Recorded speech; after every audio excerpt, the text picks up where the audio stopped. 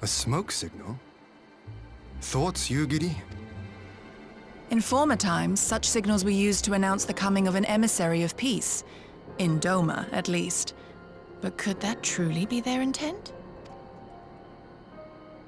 Who can say?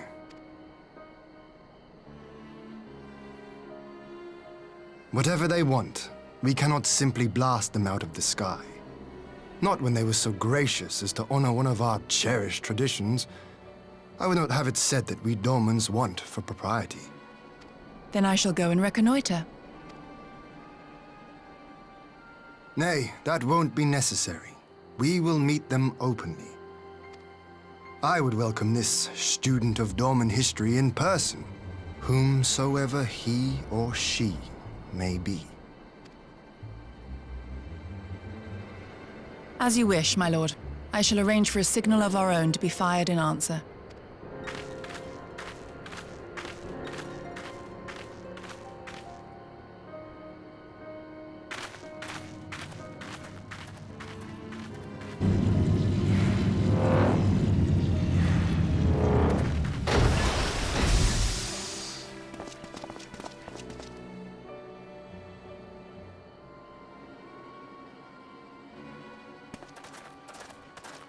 Well, that we should be received by the Lord of Doma himself. I but afford an emissary of peace the courtesy he is due. Welcome to Doma, my lord. Ah, where are my manners? I am Asahi Sas Brutus, ambassador plenipotentiary of Garlemald. He is heir to the Naiuri clan, and Yotsu's stepbrother. It seems I need not introduce myself, not in the presence of the famed Yugiri Mistwalker. Your skills as a shinobi are known far and wide, my lady. It is true. The former acting viceroy is my sister. Yet, bonds of kinship aside, we have precious little in common. As will soon become plain, I come not to sow strife, but to end it. I am of the Populares, a collective which represents the interests of the common man. Long have we labored to bring about reform to the Empire's provincial policy.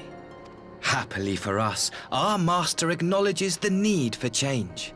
Indeed, His Radiance, Emperor Varys Zos Galvus, personally sanctioned this mission, granting me the authority to speak with his voice. To negotiate peace with Doma.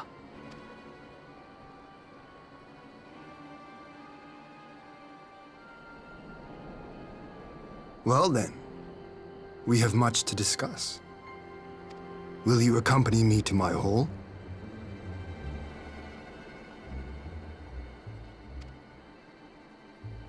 Gladly, my lord.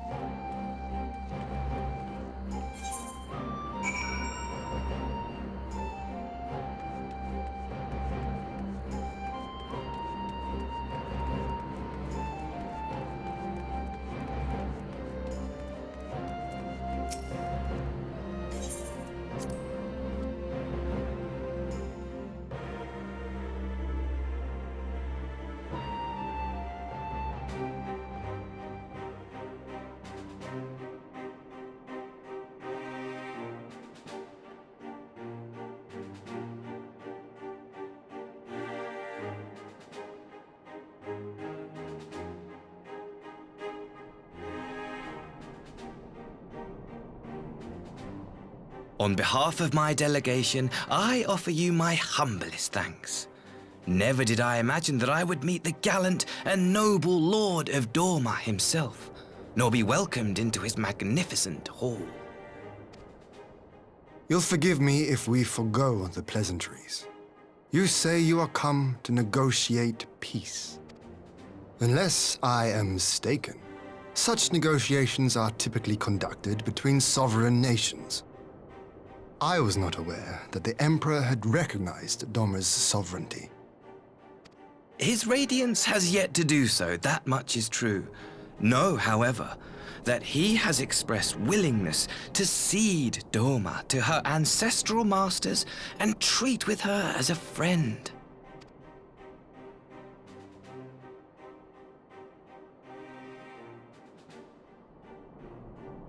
Since the days of Emperor Solus, the Empire has aggressively expanded its territory.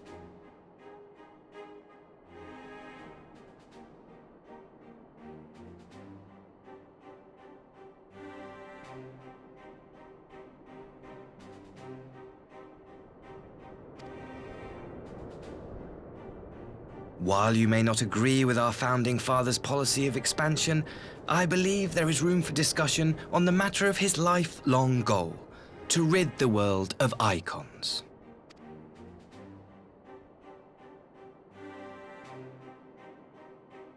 Icons are a blight upon this star. They cannot be suffered to exist. This you know as well as we. In his wisdom, Emperor Varus wishes to explore the possibility of an alliance to combat this common threat. On the condition that Dorma renounces summoning and pledges to police the Cordians' practice of it, his Radiance would extend the hand of friendship.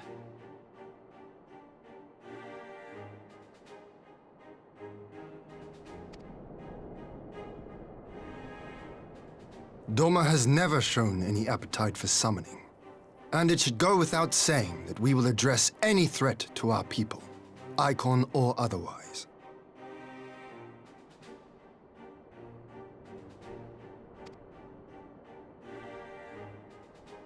With regard to the Kojin, I must stress that they only resorted to summoning under extreme provocation. When the Ruby Sea was at peace and their sacred relics safe, they looked not to their kami for protection. Yet even now there are certain parties who would destabilize the region with ill-conceived military forays. Unless they alter their course, we cannot hope to be rid of icons. Quite. I can but apologize. In seeking to eliminate icons, the Empire creates them. 'Tis an irony among ironies, one with which the people of Eorzea are well acquainted, I am told.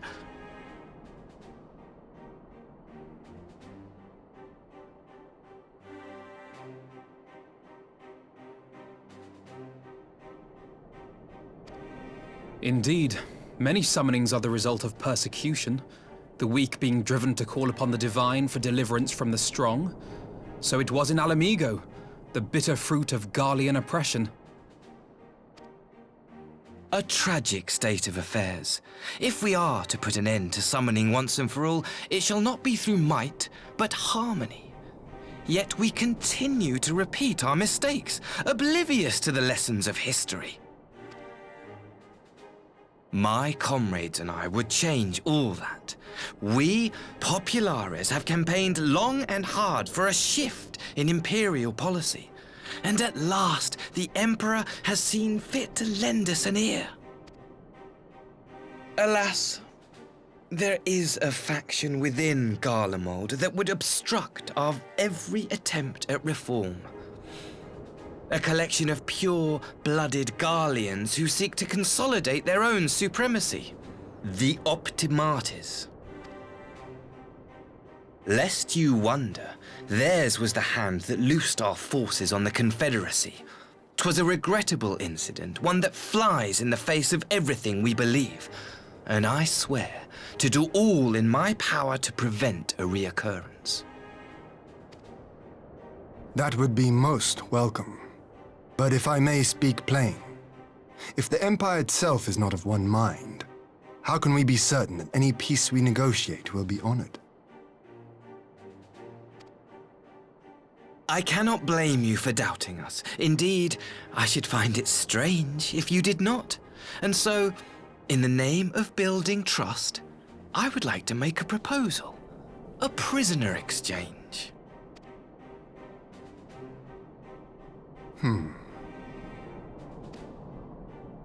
Under Garlean rule, no few Dormans were conscripted into the Imperial army. We would repatriate them in return for those of ours you captured in the recent conflict.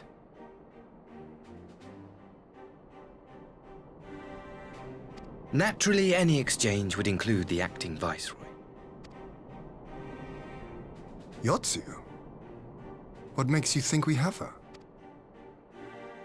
Forgive me, my lord. Was it not your wish to speak plain? Let us not play games. I desire only to work to our mutual benefit.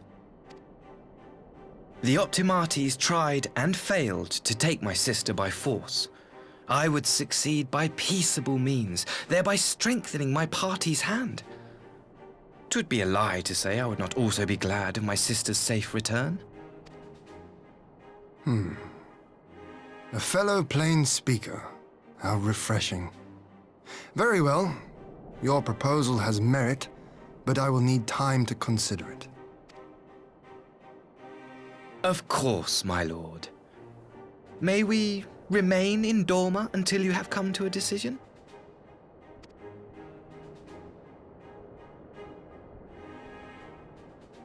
You shall be our honored guests. Yugiri, I leave the ambassador and his retinue in your care. See that they are well looked after.